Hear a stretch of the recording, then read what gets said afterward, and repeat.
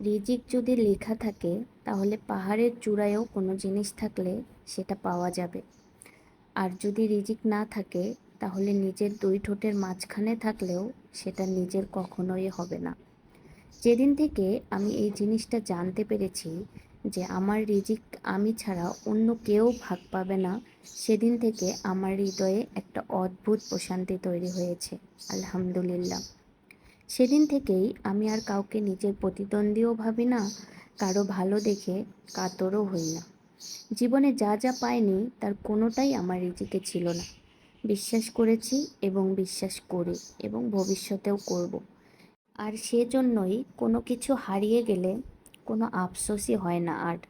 আমি একটা শান্তির দীর্ঘশ্বাস ছেড়ে সব কিছু আল্লাহর হাতে ছেড়ে দিয়েছি। রিজিকের ফয়সালা আসমানে হয়, জমিনে না। মানুষ যদি ভেবে থাকে তার হাতে দেওয়া নেওয়া রিজিকের ফয়সালা, তাহলে তার মতো মূর্খ আর বোকা কেউ না। মানুষ তো ওসিলা মাত্র। আল্লাহ তালাই রিজিকের মালিক। রিজিক শুধু যে খাবার এটা নয়, পরিবারের সুখ শান্তি, পেশা জীবনের সফলতা, নেক জীবনসঙ্গী, নেক সন্তান, উত্তম আখলাক, টাকা পয়সা, নেককার বন্ধুও রিজিকের অন্তর্ভুক্ত। সব পাওয়াতে কিন্তু স্বস্তি থাকে না, কিছু কিছু না পাওয়াতেও অনেক স্বস্তি থাকে। এই জন্য হয়তো বা আল্লাহ তালা যেটা রিজিক রাখেনি সেটার পেছনে অনেক স্বস্তি আর শান্তি রেখেছেন।